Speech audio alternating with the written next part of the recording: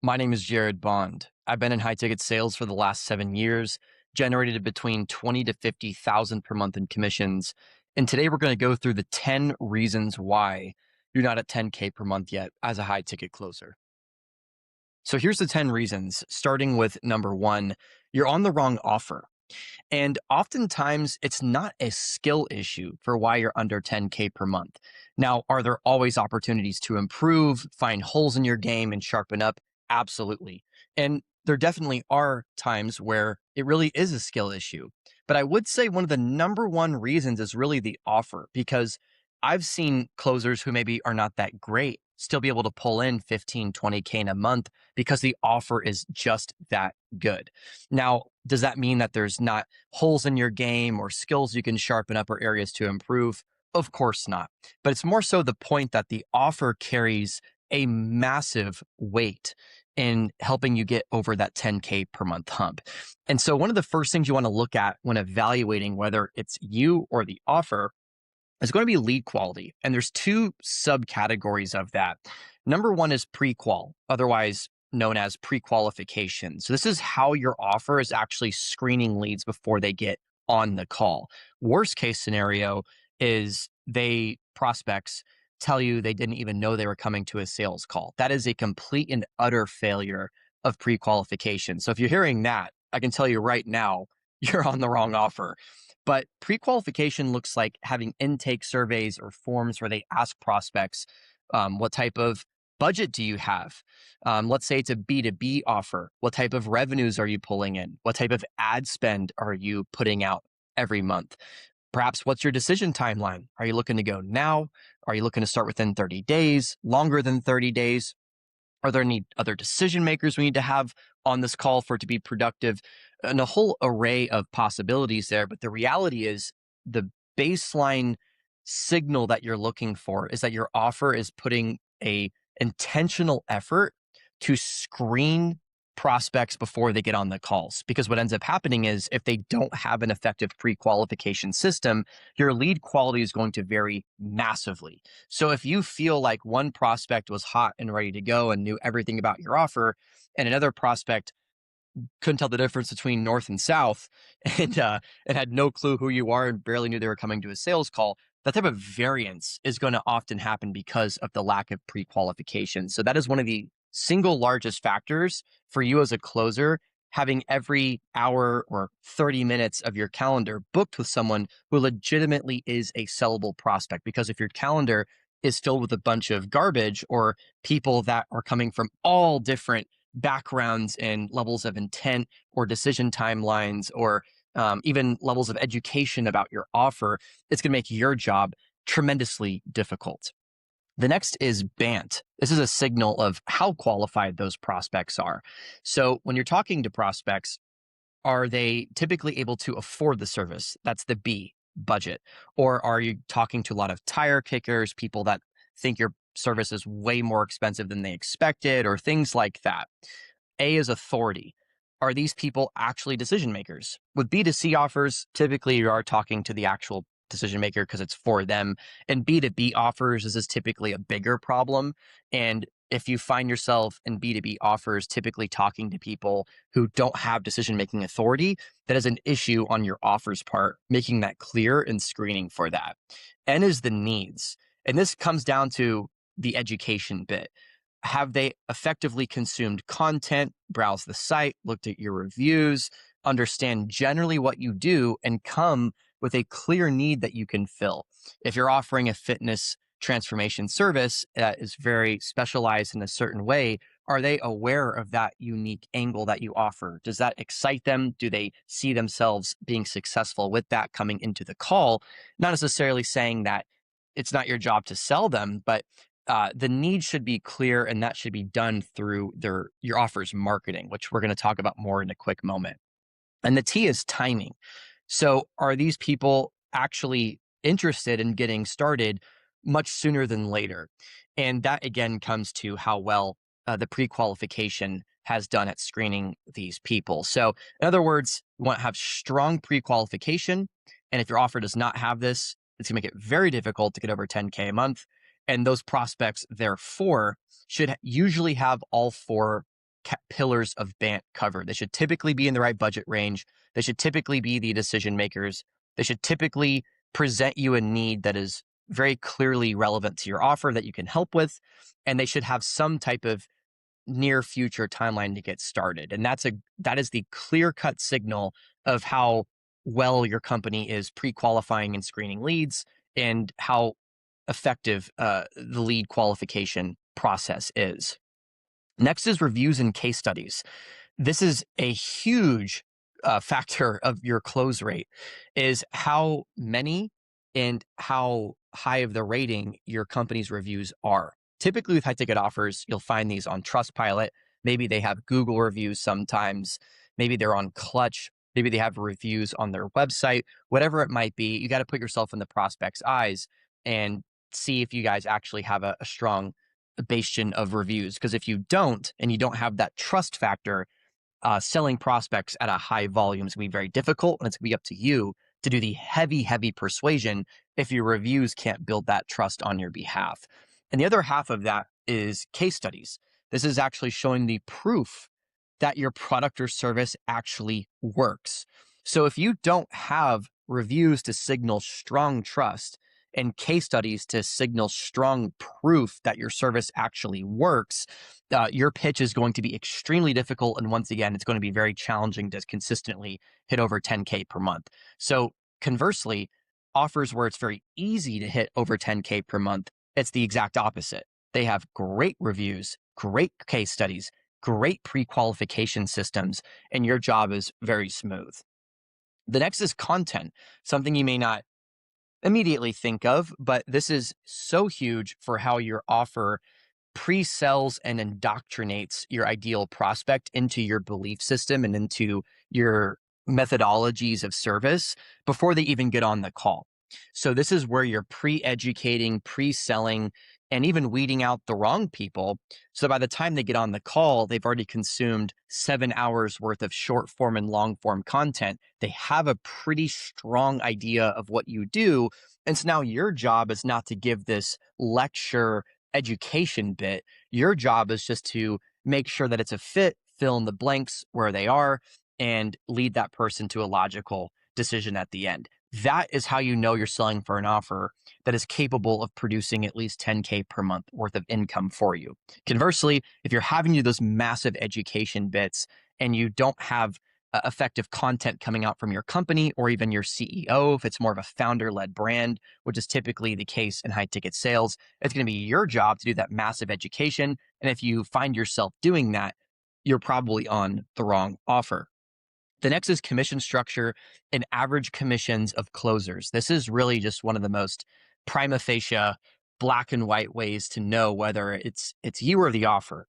And if you're seeing your average closer at your offer making 8K, maybe your best closer has a really killer month and makes like 15 or 16K, but you kind of look at the average of your closers and everyone's kind of averaging like 8K, 9K, maybe even 10K, to be honest.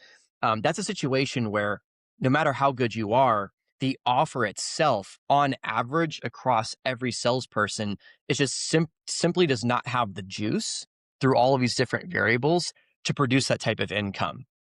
So number one, again, would be the average. That is just obvious, and how you don't delude yourself. Conversely, if you see the best performer is making $60,000 at the offer, you'd be quite sure that it is a skill issue for you. The next is the commission structure. So obviously, the lower the price of the service, the lower the commission that you're getting, the more deals that you're going to have to sell. So if you're selling something with a $500 commission, you need to sell 20 deals every single month just to hit 10K. That is at least one deal every business day, the entire month, to hit 10K. And is that possible? Certainly, but every month is going to be a huge uphill battle. You want to have an offer that has a much stronger commission structure, so you have that leverage where much less effort creates the same or greater output. So if your offer is lower than 500 a month in commissions and you're having to do at least 20 deals just to get above 10K, And as well, your average closer is just maybe barely breaking above 10K. That's how you know the offer is just not going to get you there. And then the actual offer strength. So the literal service that you are selling itself. Obviously, that is a pretty big variable because that's what people are buying. So number one, is it compelling? Is it solving a real need? Is it just the next get rich quick thing or some, interesting service, but maybe not critical service? You want to look for things that where there is a clear gap in the market, a clear need for what you do, and where you guys offer something proprietary and unique so that clients have to come to your company to get the sauce of whatever it is that you do to fulfill a very, very strong need in the market. Because if the offer is not very compelling and it's a nice to have, but not a need to have type of service, again, it's going to make it very challenging to create that case. And it's going to be a lot of emotional and mindset sort of psychology closing. There's going to be a lot of energy investment on your side to get those people over the line. And not only is that not very sustainable long term, but again, going to make it very hard to get over 10K per month. And one of the biggest symptoms of that is going to be refunds and chargebacks. This is one of the most obvious telltale signs of a ineffective offer. So people sign up, everything sounds good, but the fulfillment is bad. So when people get inside the doors, they're working with their coach, their account manager, however your process works at your offer, and they, at a pretty high rate, want refunds. They block charges. They do the whole chargeback act. That's how you know that your service is not legitimately fulfilling on your client's needs and not actually filling that gap for them. And that has a compounding effect because those people are going to go back into the system and leave bad reviews and further feed that downward spiral of that offer. So if it's something to where it's not a need to have, it's a nice to have, or even worse, there's a lot of refunds and chargebacks. Again, you're going to have your commission constantly clawed back from you because no matter how good you are as a closer, the offer itself can't even fulfill on the thing you're selling. That's one of the largest red flags, to be honest. And the last kind of more meta level note is passion is what closes deals. And we're going to talk about this soon. It is an energy transfer. You have to believe wholeheartedly that this is the best solution and the best solution for that person. And the only way you're going to have that passion is when you're certain that the offer is that good and is actually going to solve that problem. That's how you get into a mindset where you genuinely won't let them off the phone because you feel like you're failing them because your offer is so great and so effective at what you claim it does for people like your clients that if they get scared of signing up for whatever objections or even sort of mental constructs that they have, you're going to want to work through that. You're going to want to convey that belief in that certainty to that client and not let them get off the phone for their own benefit. And the only way that you can even get into that type of headspace is by being confident that once you actually sign them up, they're going to get taken care of, they're going to get treated well, and they're going to get those results. That is one of those invisible factors to getting over 10K per month is the fact that you genuinely believe that it's going to help clients because that is what's going to spike your close rate and get those last people that are right on the line and get you to tip those people over into deals.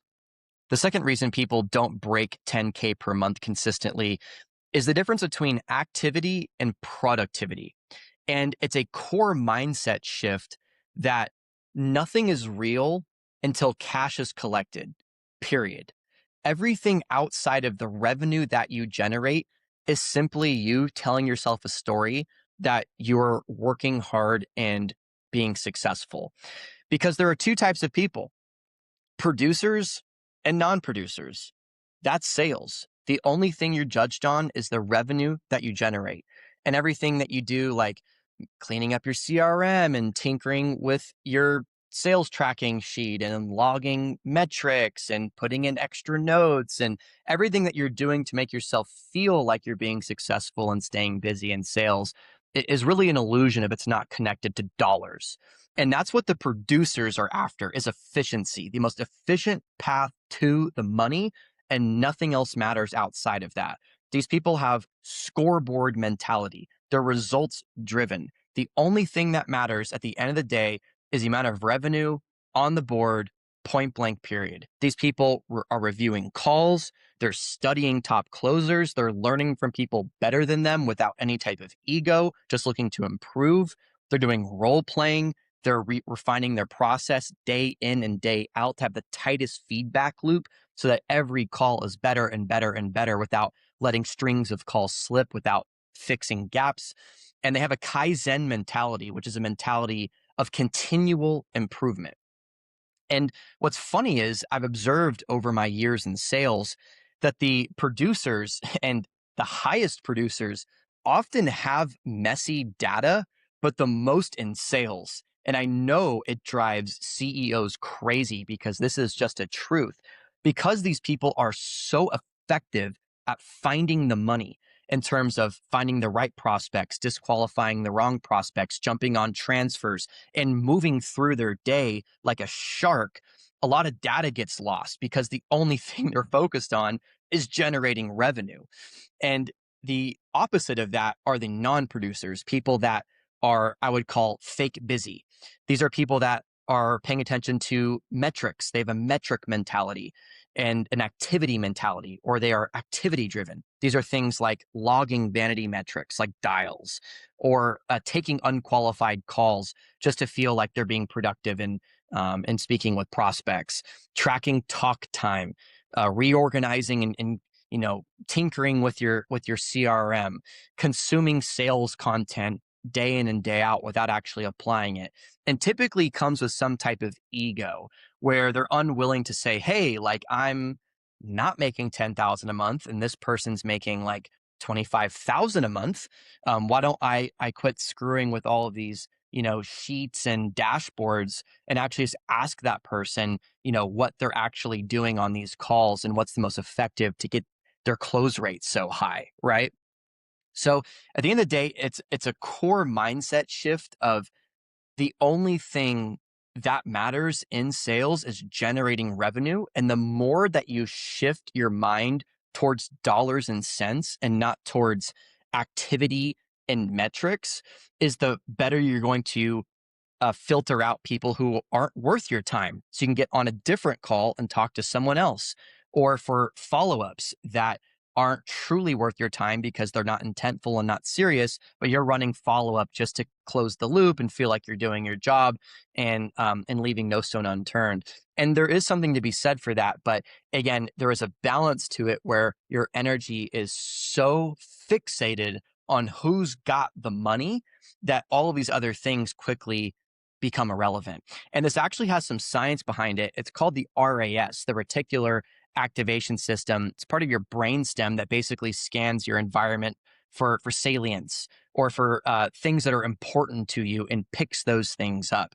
So you probably experienced when you're, let's say, in the market for a white Tesla Model 3 and you're looking to buy one, all of a sudden, all you can see is white Tesla Model 3s, as if they just materialized out of the ether.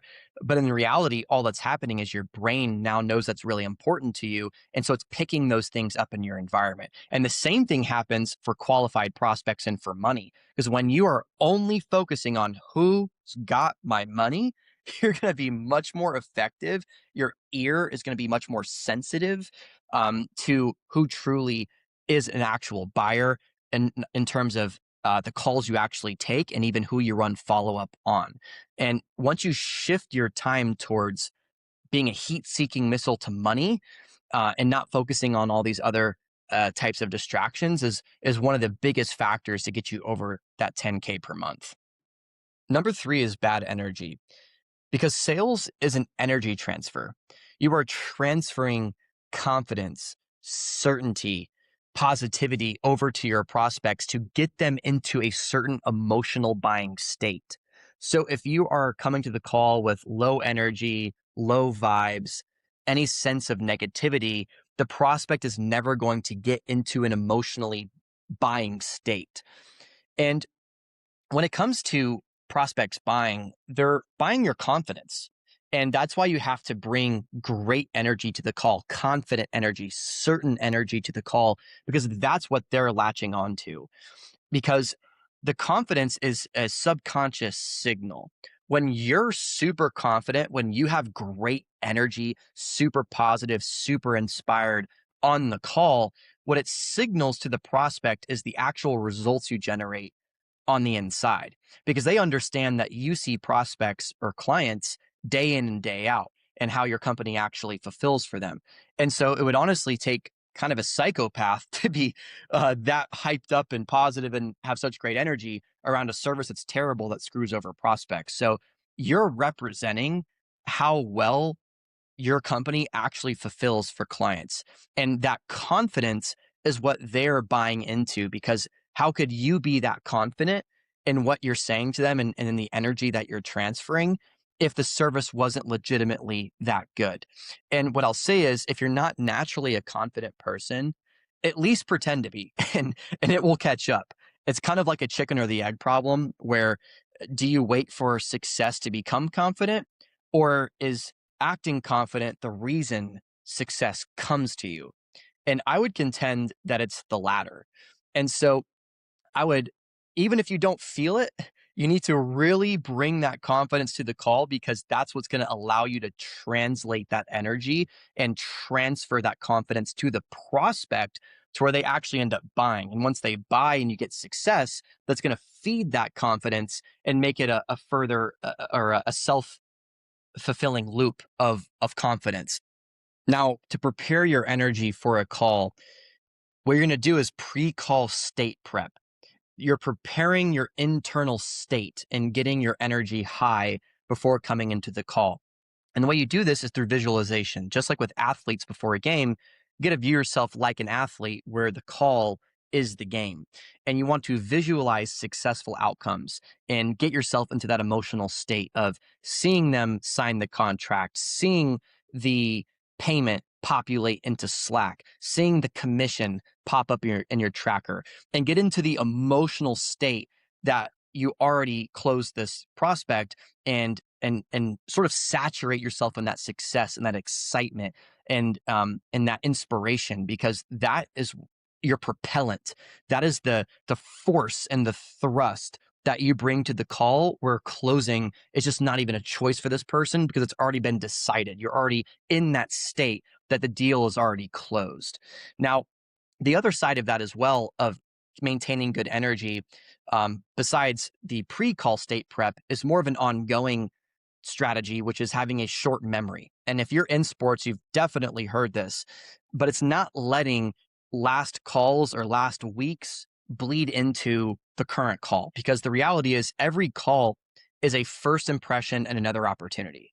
And the prospect you're speaking to has no clue the week you've had, has no clue the day you've had, and they're coming to the call with open ears, ready to listen and potentially get closed. And so if you're bringing negativity from prior calls, that is a self-inflicted wound onto that call, where that person might have closed, but because you didn't have the proper energy and weren't able to transfer that effectively to get that person into a buying state, now you're going to lose the deal. And this is where uh, bad energy and not having a short memory become sort of a self-fulfilling prophecy, because you're not closing deals, you're in bad energy. So now you're showing up to your next calls in bad energy.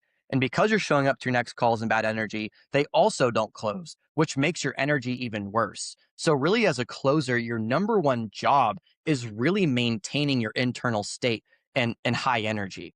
And the last one, which is a really big one, is leave your personal life out of it, because your prospect has no clue that your girlfriend is thinking about breaking up with you, or that you weren't invited with the bros to go to Coachella, or whatever is going on.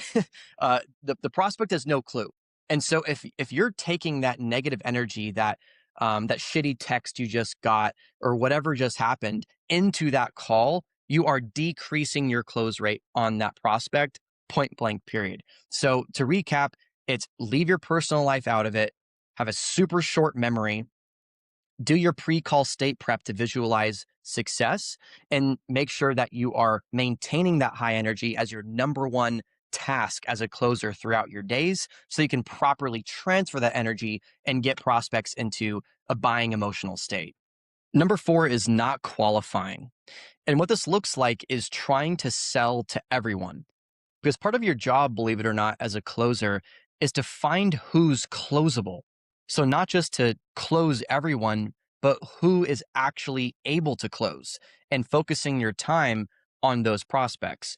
And what this looks like when you're not qualifying properly is talking to unqualified leads, people who definitely can't afford it, or those who tell you that there's no way they're going to start until 3 months from now, or maybe they're non-decision makers, like they're an assistant or there's someone that has actually no power to make a purchase if it made sense.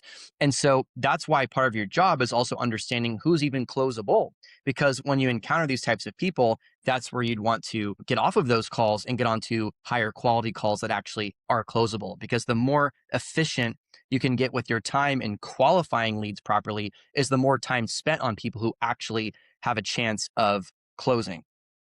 Another point to mention is more talking will not turn unqualified leads into qualified. And and if that's you, I respect the hustle and your self-belief, but the reality is if someone says that there is no chance in hell of them signing up for 3 months, you're not going to magically make them sign up now. Or if someone is 100% not able to afford the service, no matter how good it is, whatever you say is not going to magically make money appear in their bank account. And am I saying to not be solution oriented and to explore these things? Absolutely not. That is your job. You have to. But when you find that these are truly unqualified or non-decision making prospects, at that point you are sucking up your valuable sales time in the day towards prospects who have a 100% chance of not being able to pay you. So it's having a perspective shift that, again, you're not just a closer, you're someone who's also finding prospects who are closable. One of the major traits of the best closers is they make prospects self-select out fast. So in that pre-qualification process towards the beginning of calls, they're finding out if that person is actually serious. One strategy that would exemplify this is a micro contract at the beginning of the call where you state the goal, where you say the goal of the call today is to understand more about your goals for your business, run through our solution from A to Z, and to see if it's a fit. And if we are a fit, at that point, what we would do is onboard you, add you to Slack, and get you linked up with the coach and get you rocking and rolling. Does that sound good? And you're very quickly vetting for people who are not actually there to make a buying decision. Because if people come back and say, whoa, whoa, whoa, I was just getting some information. There's no way I'm deciding on this. Like, I just saw you guys and I'm deciding between like 10 other companies. It's like, okay, you can self-select that, let that person self-select out. You're not serious. You're not here to have a constructive conversation. You're not going to buy. So, bye-bye.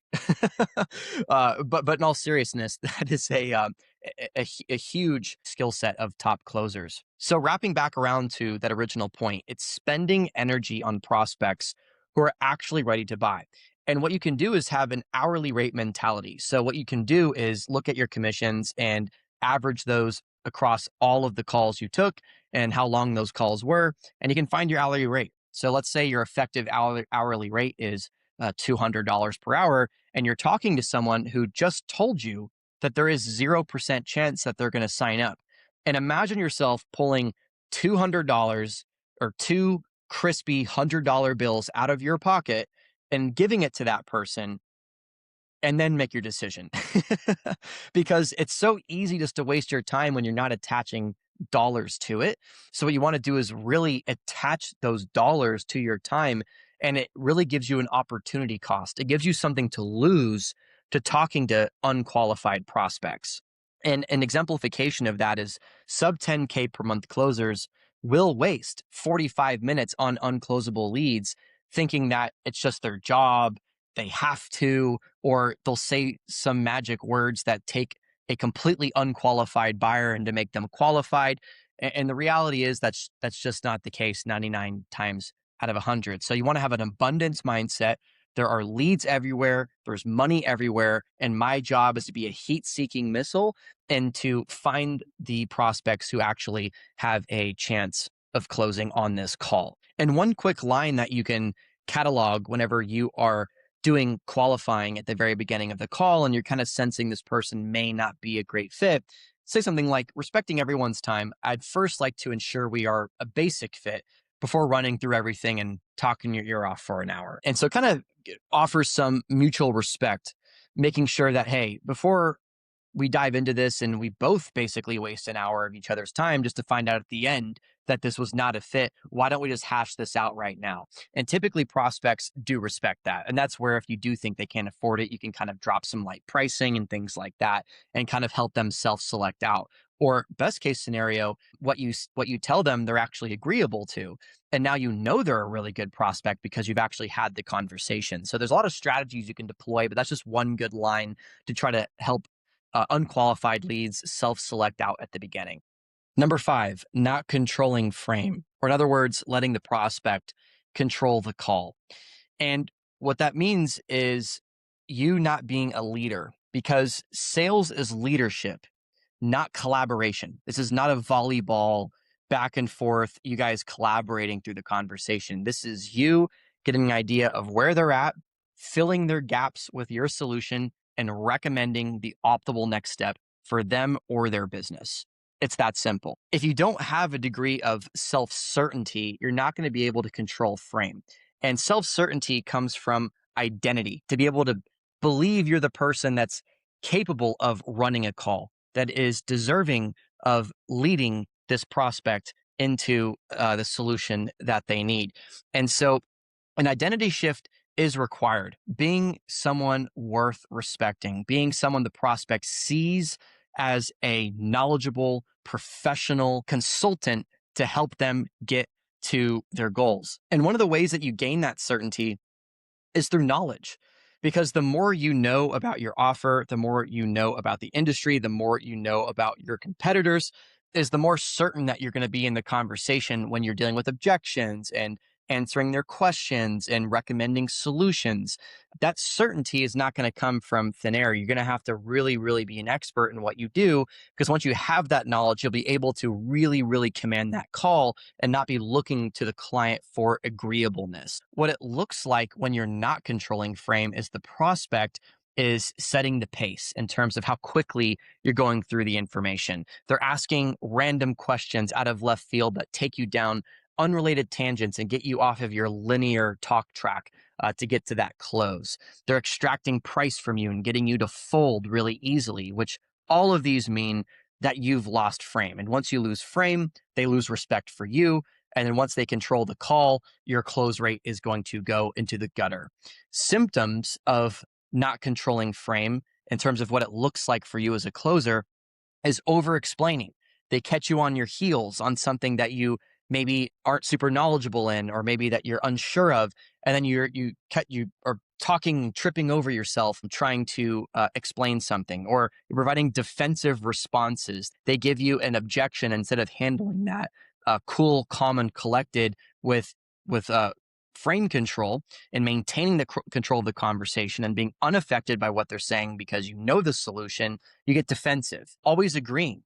That looks like when prospects object to something or give you some type of pushback, you agree with that prospect as opposed to providing professional pushback. Like, hey, I understand where you're coming from with that. But if I may, as someone who is entrenched in this industry and does this day in, day out, I'd like to respectfully push back on that and propose XYZ. Because when you can change their perspective, when you can change their mind, when you can offer new ideas that fundamentally shift their paradigm, they start respecting and trusting you.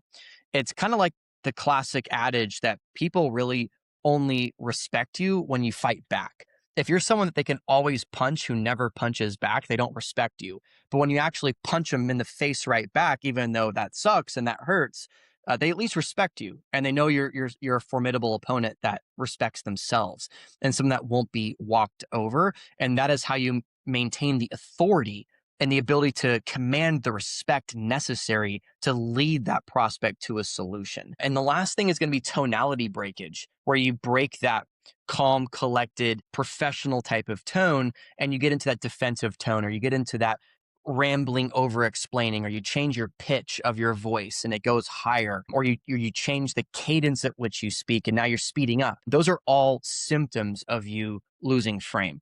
A strong frame is listening, but unaffected. So if someone objects and you're listening, but your body language stays the same, your facial expression stays the same, your tone stays the frame, excuse me, stays the same, and you respond unaffected. And that is how you know that you're controlling frame properly. The mindset here to help you control the frame is that the prospect is interviewing for your program, right? You're not begging for their business. They're interviewing for your program. You guys are busy. You guys are successful. You as a closer has time that is very valuable, that is only spent on serious prospects. And they're having to interview to you to be someone that's worthy of your time and be worthy of your company's time. And when you come in with that mindset that you have the leverage over this prospect and that they're the one looking for access into your company. At the end of the day, they're the one with the problem, not you. You guys are fine as the closers, as the company, right? You have the solution that these people need.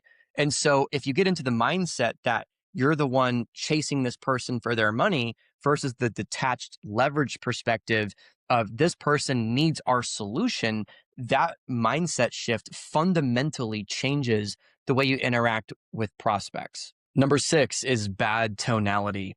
The reality is, when it comes to communication, words are only 20% of what's being communicated, and delivery is 80%. Give you an example. If I say, we have the best offer on the market versus we have the best offer on the market, bar none, which one do you think the prospect is going to respect more? It comes down to the cadence at which you speak and as well even the pitch at which you speak. Now, good tonality is not loud or overly excited. It's controlled, because that loud or overly excited type of energy signals immaturity. And it's not needy or rushed, because rushed means you're not controlling frame. You're trying to catch up to what the prospect wants and they're controlling you in the conversation. It is confident, positive, yet reserved. So you still want to emit that positivity and transfer that energy and maintain that confidence, but you're not spilling yourself out onto the prospect. You're maintaining that leverage for yourself. Another thing is filler words absolutely kill authority. So people with great tonality aren't saying words such as like, you know, those are all fillers that signify that, number one, you're not confident in what you're saying, or number two, you're not knowledgeable in what you're saying. So you're having to fill dead air. Either way, those kill your authority and frame on the call and are really bad in terms of tonality. One thing to know is silence is not something to be uncomfortable with. You need to get very comfortable and befriend silence, because silence is a signal of power. People that are okay with dead air and okay with nothing being said and don't jump to fill that space with words are those who are confident and certain in themselves, because filling that dead air kills your authority. It shows who's really the one pitching who on the call. And if you are uncomfortable with that silence and jump to ramble about something else, you lose that perceived authority on the call. One practical strategy is to pause after your close attempt. They always say that the first person to talk loses, and it's very true. So after you drop price, if you are uncomfortable with them swishing around in their mind and looking around a little bit and thinking about it, not only are you screwing up their thought process when they might be thinking themselves reasons into doing it, but you're also signaling weakness because you're not confident enough in the offer and in the pricing to allow them to think about it. You're scared about what they might think about the pricing and about the offer, to where you have to preempt that fear and that uncomfortableness with them objecting to that price with filling that dead air with words. And silence, as I mentioned, also allows space to think, which I just covered. You're allowing the prospect to consider a point you just mentioned, and not even just in the close. Whenever you're going through your actual conversation and your actual pitch, if you say something that is thought provoking or challenge their perspective, don't double down on that and start talking all over again while they're sitting there and considering it.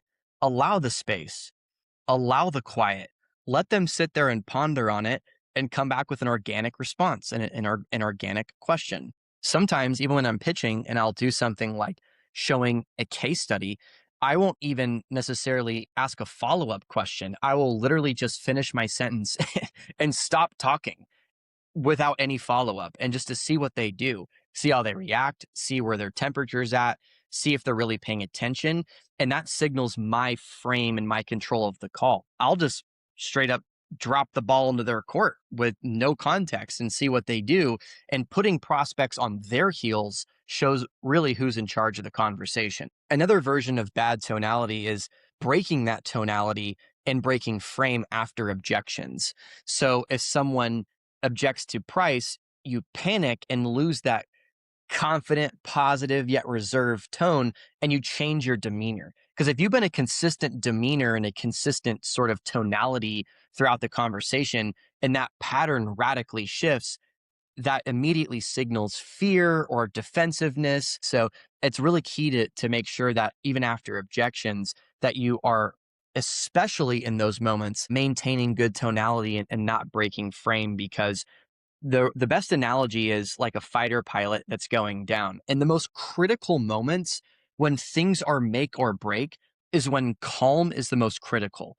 If you start stressing out and freaking out and breaking tonality, breaking frame, that's where things just spiral out of control and you lose the deal.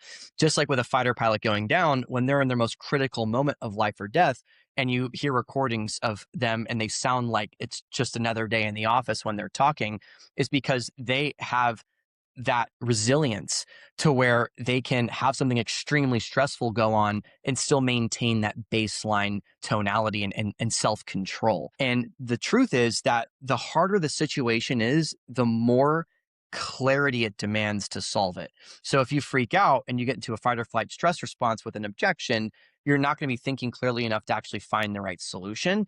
So you got to think of yourself as that fighter pilot. And in those most stressful moments, is the most critical that you maintain that tonality and maintain that frame and that clarity so that you can navigate that and find the solution to that objection. So what I observe is closers who are consistently under 10K per month also consistently have not mastered their tonality. Another reason closers do not get over 10K per month consistently is they're not actual subject matter experts.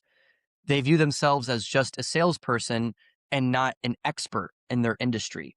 And what's really important is you judge a company by who represents it. Just like anything, you might imagine, even let's say you're signing up for a personal training program and the person you're talking to is out of shape. Well, how does that reflect on the quality of the service if the people that represent it can't even get in shape? How good could the service be if the people that represent it can't even get in shape themselves? Or even a consulting service, let's say on a business level, if you're talking to an absolute idiot, how good could their actual consulting service be for your business? So being a subject matter expert is how you as a closer reflect how good your actual company is. So that's why it's critical to be a subject matter expert, because your close rate is going to go up by them perceiving that your company really is that caliber because you're actually that caliber. If they're going to staff closers who are that well versed and expertise in a particular space, then that means the company is really sharp at what they do, and that will increase your close rate. Other really important reasons and aspects of this subject matter expertise is, number one, knowing your script does not equal knowing your industry. Just because you can go through a talk track does not mean you actually understand the nuts and bolts of the offering and of the industry.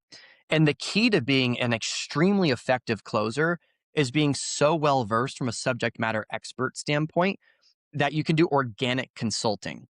Organic consulting is just being so good at whatever it is that you do or whatever your company offers and being so knowledgeable that you can freestyle. So they can ask you any questions, take you down any road in the conversation, and you're able to consult and solve those particular problems because you know what you're talking about to such a T. And that organic consulting is what equals perceived expertise.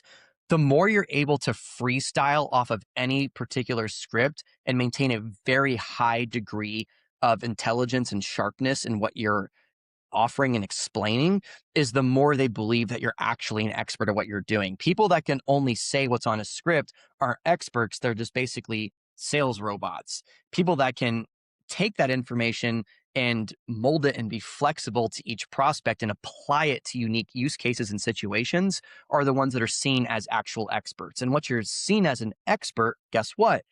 They trust your recommendations. And when they trust your recommendations, they close. Another critical point, knowing the hows and the whys. It's just not enough. It's not enough to just know how your company does what it does and how you fulfill for clients and all of those types of more logistical aspects. It's critical to know the whys. Why does your company do something a certain way?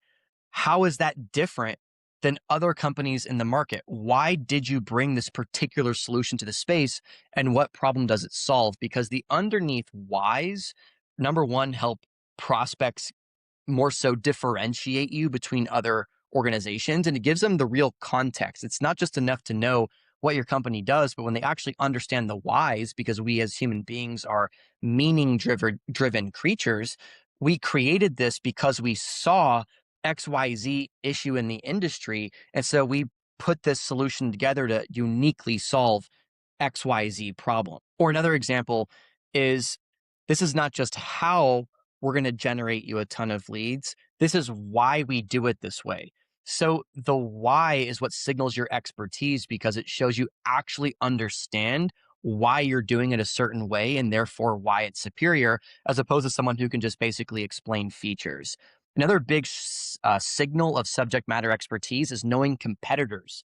You want to be someone that knows the space, that is versatile. If they say, hey, I was thinking about this company, and you in that call, you're able to immediately say, oh, I know that company. I know clients that have come from that company or use that company's service. Here's how we're different. Here's how we might be better. Here's where they might be a little better. But overall, here's why I believe that we are superior.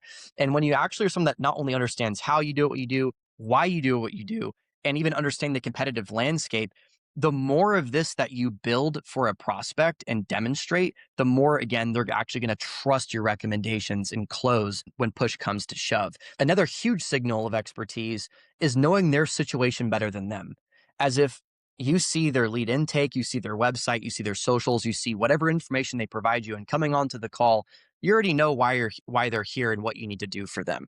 Or they bring up a situation on a certain situation that you've encountered many times, and you can explain a certain level of depth to that situation even better than they could, or you could articulate their problem even better than they could. It shows that you guys have dealt with this problem time and time and time again and effectively solved it to where you already know what they're going to say before they even have to say it. And even better, you understand their situation even perhaps better than they even understand it. Another aspect is your responses to hard questions reveals everything. So when they ask you a really technical question about maybe where you're better or a certain particular strategy within your service and the methodologies and why you do it a certain way, and the higher degree of difficulty of questions that you can answer is the higher degree of expertise that you signal, because they're thinking, I just asked this guy something off the cuff, some random question about my situation, and he came back and offered me a 3-tiered response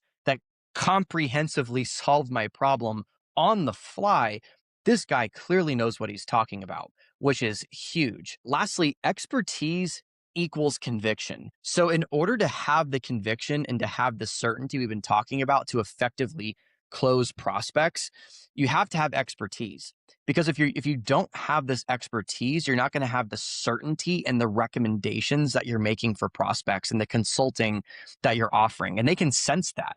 They can sense when you're not totally sure, when you're not really even bought in on what you're saying, and then they're not going to believe it. So in order to transfer that conviction and that energy, you first have to actually have the expertise to be that convicted in what you're saying and why it's the correct path. Lastly, to summarize this, low expertise equals high follow-up.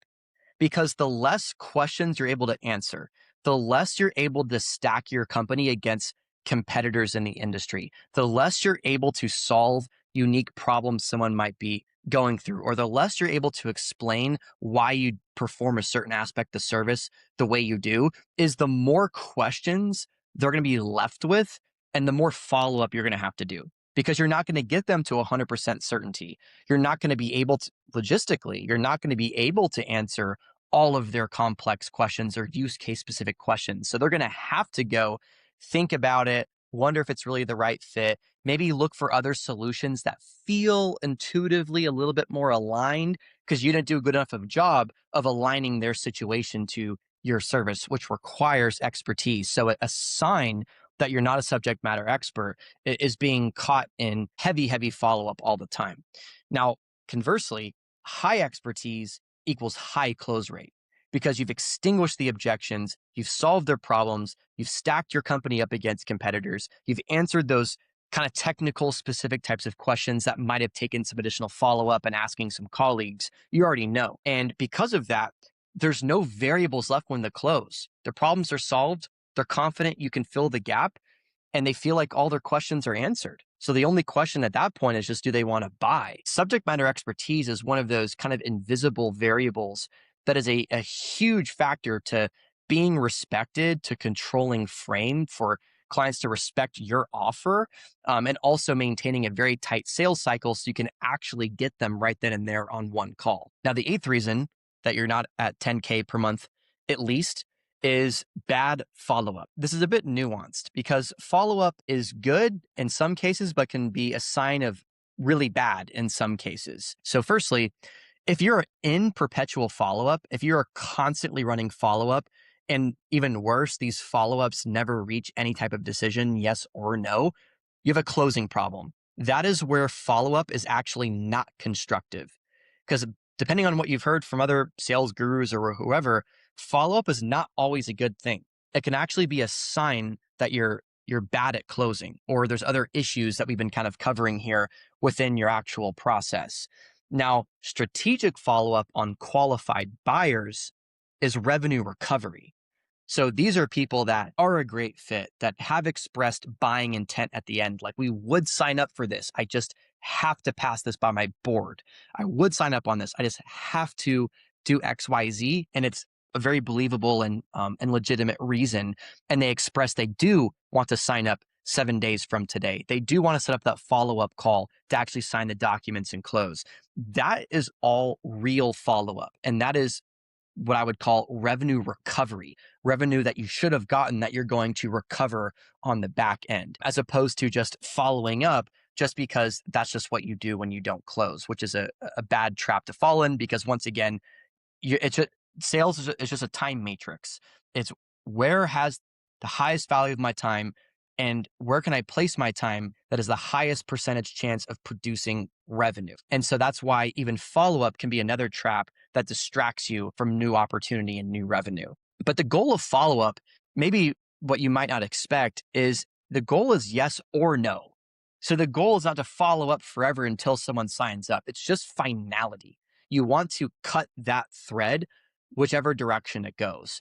Because what happens is when you get stuck in stale opportunities, you get distracted from new opportunities. And it's very common. I've fallen victim to this for sure, where you start growing a follow-up list and it starts growing and growing and growing and growing. And you're tinkering with it and trying to get these prospects to reach back out and stop ghosting and setting up more calls and seeing if they still want to sign up. And you're getting so caught up in stale money that you're missing all the new money that's showing up on your plate every hour, every single day. So the goal of your follow-up should be to get finality, not just a yes. Now, who's worth following up with? People that have a legitimate objection and intent to buy. I sort of already covered this, but people that have a reason that is believable, that is understandable, and likely true. So it's not a smokescreen, in other words. And they express the intent to buy. Like, yes, this is a perfect fit for our business. Like, we are all in. I just have to do this one thing. Can we sign up in a week? That's a real follow-up. Or someone that says, hey, we really want to do this, just not sure if we can squeeze this in the budget. As much as we love this, can you reach out to me in like a few days and see where we're at? That's a real follow-up. That is a real defined endpoint. That is a real defined moment where you're going to get a yes or a no. And that leads into structure. So it should be one of two things. This is the only type of follow-up you should be doing.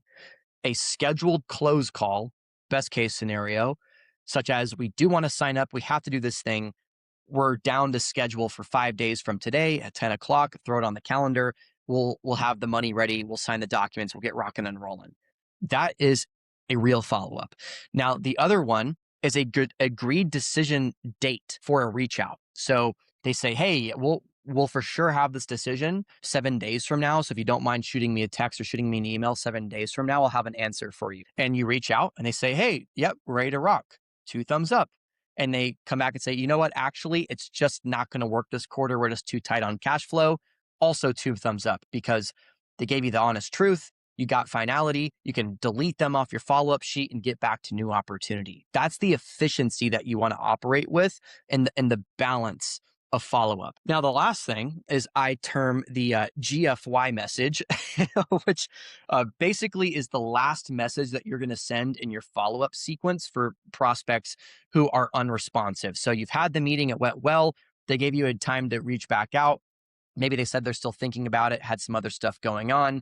And now you're at a point where you reached out maybe a couple times, handful of times. And now it's just become a loose end follow-up that has no definitive endpoint. And so this is where you send the GFY message and you say something along the lines of, hey, George, wanted to reach out one last time before I conclude our communications here. I think this is a really great fit. Would love to work with you, but at the same time, I don't want to keep blowing up your phone. This is something that you're not interested in. So, hey, at the end of the day, if you guys want to move forward, you have my number, you have my email, feel free to reach out. But this will conclude my communication and reach outs to you. And that kind of message lets them know that you're done being the reminder system, because that's kind of how prospects work sometimes. They like having you as their kind of iPhone reminder where they know they're going to keep getting pinged and it just keeps it in the top of their mind. And they kind of feel like now they're going to lose an opportunity. Now they're being sidestepped and saying, hey, you're no longer a priority for me. I'm going to stop following up with you. I've given up on you professionally. And that's where you can recover maybe 10% of lost deals. If they are kind of at that stage, a lot of them won't close, but I've had several where they come back and say, oh my God, so sorry. We've been absolutely swamped heading into the new year. We totally still want to do this. Can we talk tomorrow and get started? And then you're pumped, right? So the goal is to just have 0 maybes in your pipeline. You want to have a scheduled call to close, at least a day to get a yes or no. And if you trail past that, give them the GFY message to still get finality, because you're creating the finality.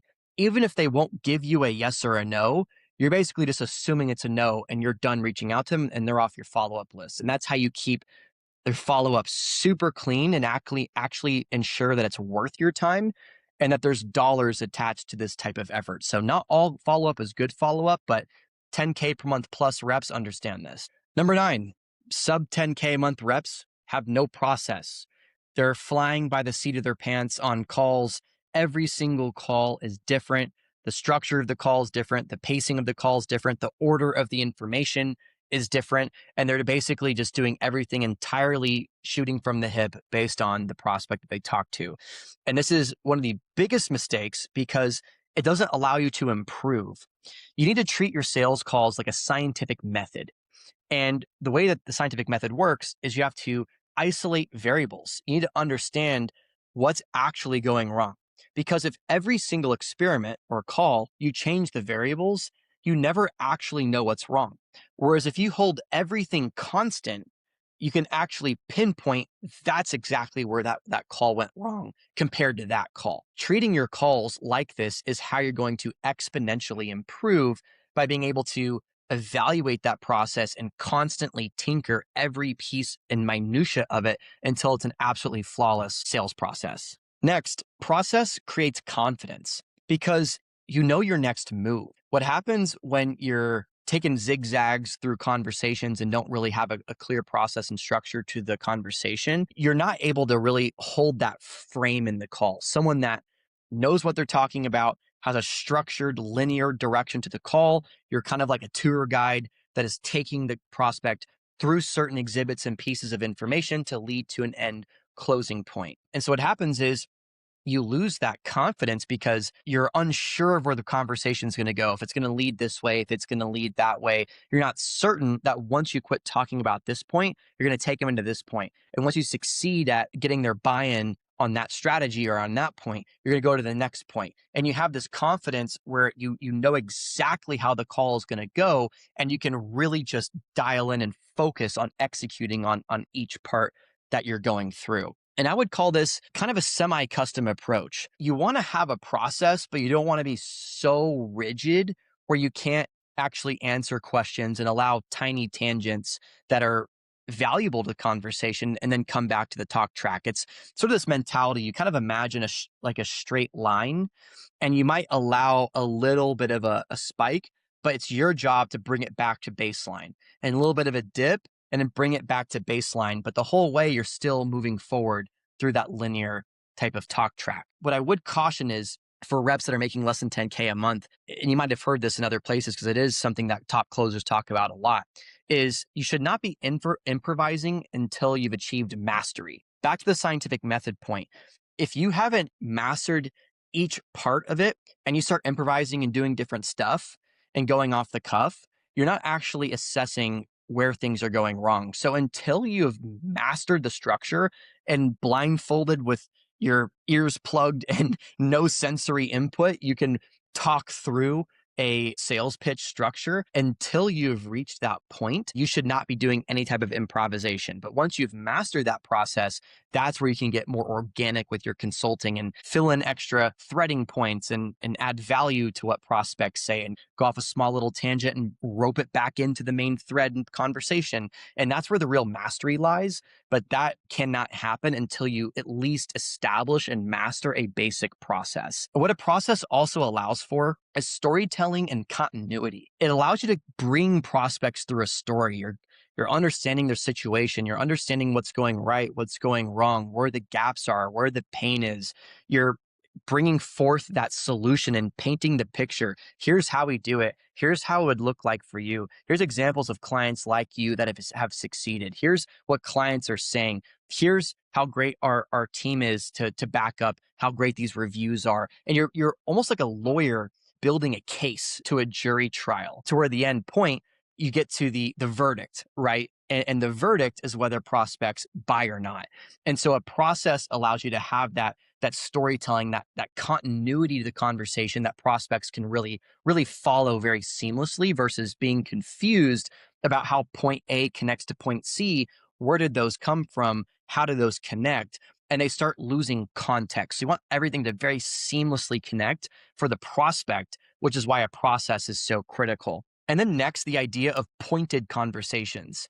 You do not want zigzag conversations, because zigzag conversations don't close. Pointed means it's all going towards one direction. There's a point at the end of the conversation that everything is leading to. Everything you say is leading to that end point and drawing you and the prospect, closer and closer to that point. There's a very directness in the process and how you're bringing clients through that conversation to get to that end objective. And then what's great about a process is it requires less energy per call, because you have to use so much more mental bandwidth and brain juices to do a completely custom conversation every single call. You're having to, on the fly, improvise and architect a conversation flow based on anything the prospect says in any given conversation. But what happens is when you have a very clear process, you'll come to find, especially very experienced closers, it's almost effortless. Like they could not even be talking to a prospect and sit here and basically walk through the entire conversation from beginning to end with what they say and their responses to prospects without even role playing with the prospect. Like it's that ingrained into their brain. And so it takes very little energy. You can be robotic and mechanistic, not robotic with your energy, but robotic in terms of the process. And you can basically just almost have it be second nature and walk prospects through that conversation and improvise and add value, as I said, in that kind of semi-custom way where it's going to help increase your close rate and improve the overall sales conversation. And then the way that you want to get in terms of process and how you know you've done this really successfully in terms of having a great process is having sort of a decision tree mentality. So if I say this, they might say these two things. And if they say that thing, here's what I say. And if they say that thing, here's what I say. And once I address those things, I go to here. And here's the 4 things that I cover. And as you see, it's almost like this mental flow chart you can kind of map. And that's the sign of a great process, is being able to really run through a decision tree where everything you're saying, or 90+% of what you say on a sales call, is not even new.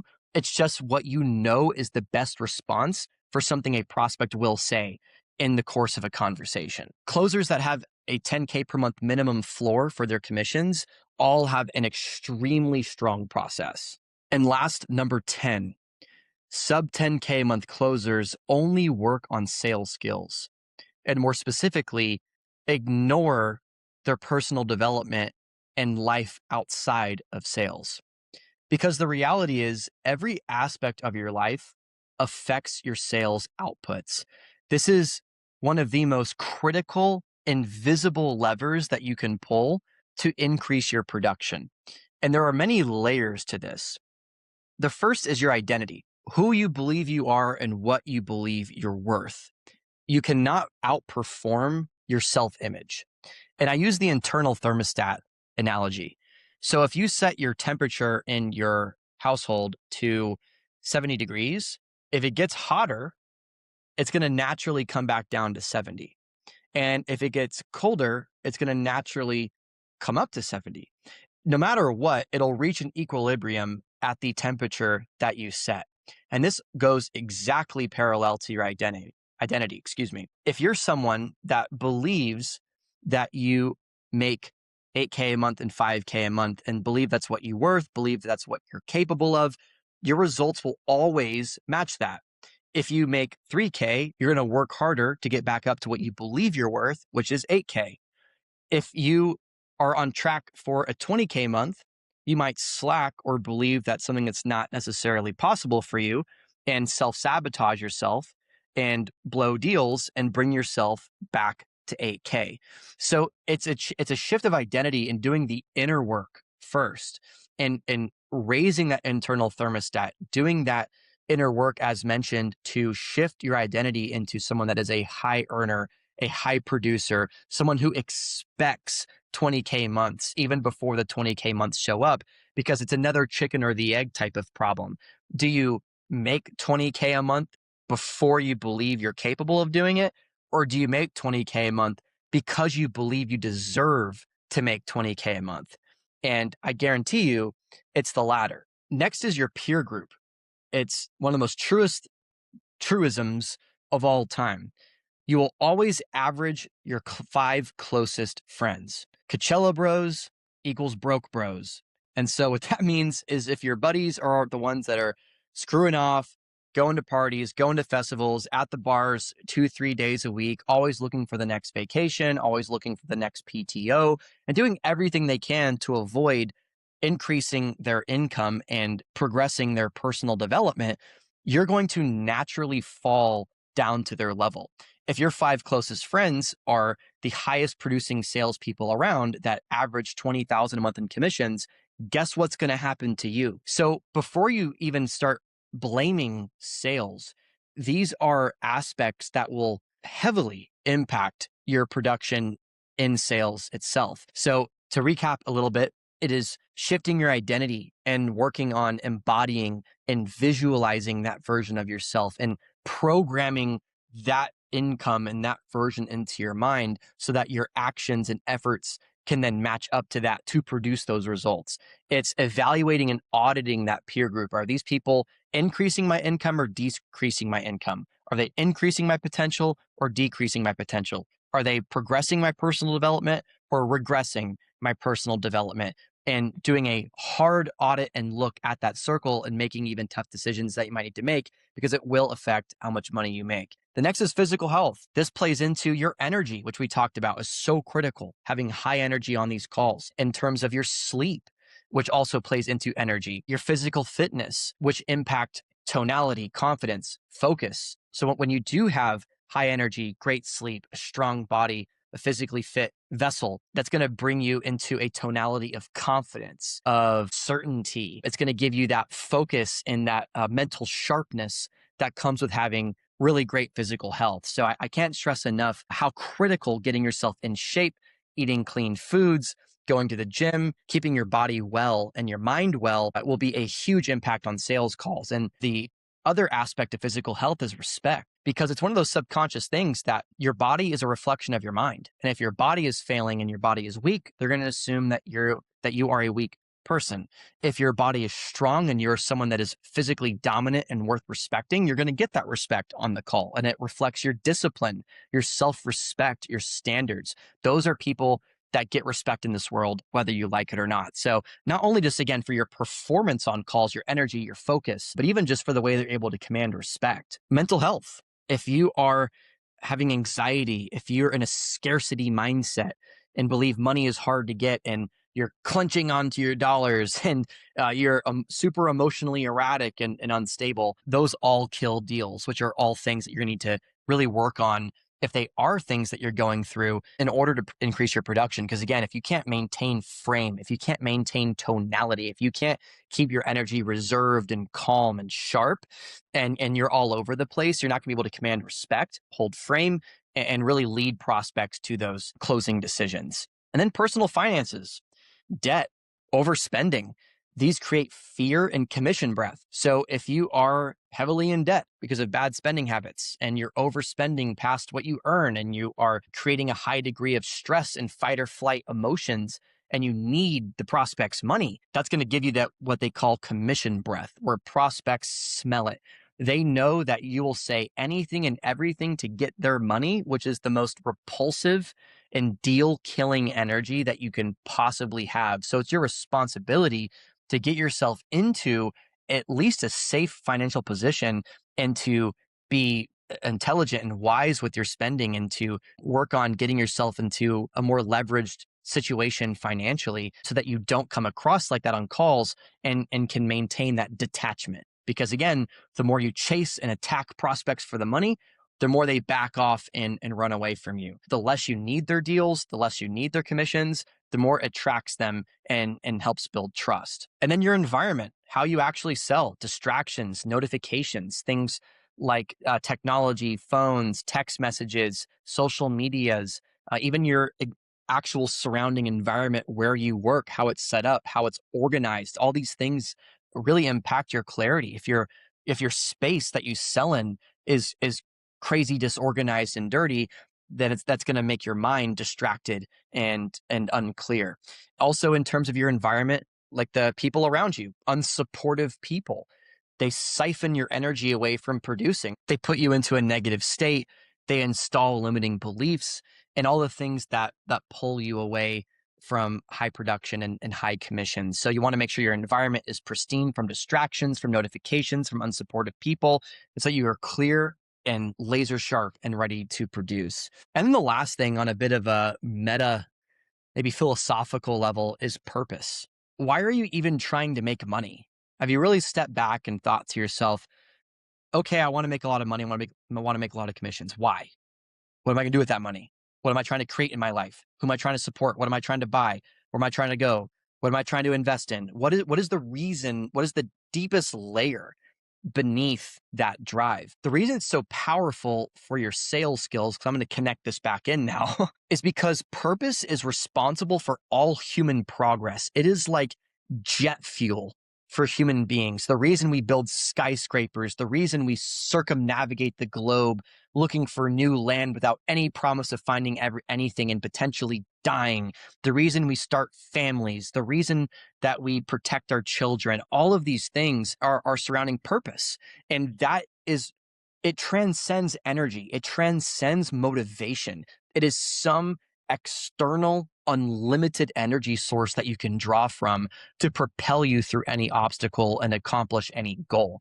So for your sales, it's really important on a really big picture level. Maybe you've never even thought about this stuff, but really understanding where you're trying to go in life and reverse engineering that, so you have that North Star and that purpose to what you're doing, that's going to give you that breathe life and breathe fire into those sales calls, in the sense that if this deal closes, I'm this much closer to this. I can provide for this person. I'm this close to this dream trip. I'm this close to this dream car.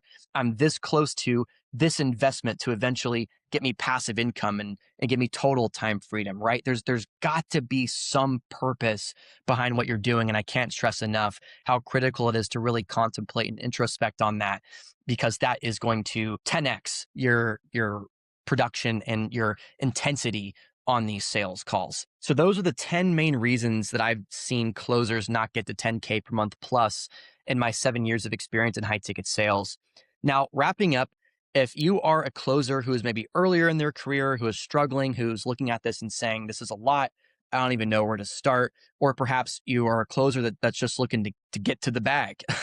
Whatever situation you're in, we at Bond Sales have an accelerator where we do training and placement, where it's a hire and fire us type of service. We're not here to take a percentage of your commissions. We're not here to be some forever monthly subscription. We basically take you in, teach you everything you need to know from my 7 years of experience as a high ticket closer that's produced millions and millions of revenue, an average between 20 to 50,000 a month in commissions, and distilled all of those skills into one training program. And then we hand place you into an offer that is a minimum 10K per month OTE, or you literally don't pay. We actually have a guarantee that if we can't get you in a 10K per month role, you actually get a full refund for the service, to show you how certain we are that our training is that effective and our network of offers is that strong. So if you'd like to learn more, you can actually schedule a brief interview. We do have to kind of vet clients for their background and experience, because our offers are pretty high tier and there is a bit of experience required. But if you'd like to have a quick conversation to see if it might be a fit, go to bondsales.io. There is a quick application form that you can fill in and book a call. And then we'd be excited to chat with you further.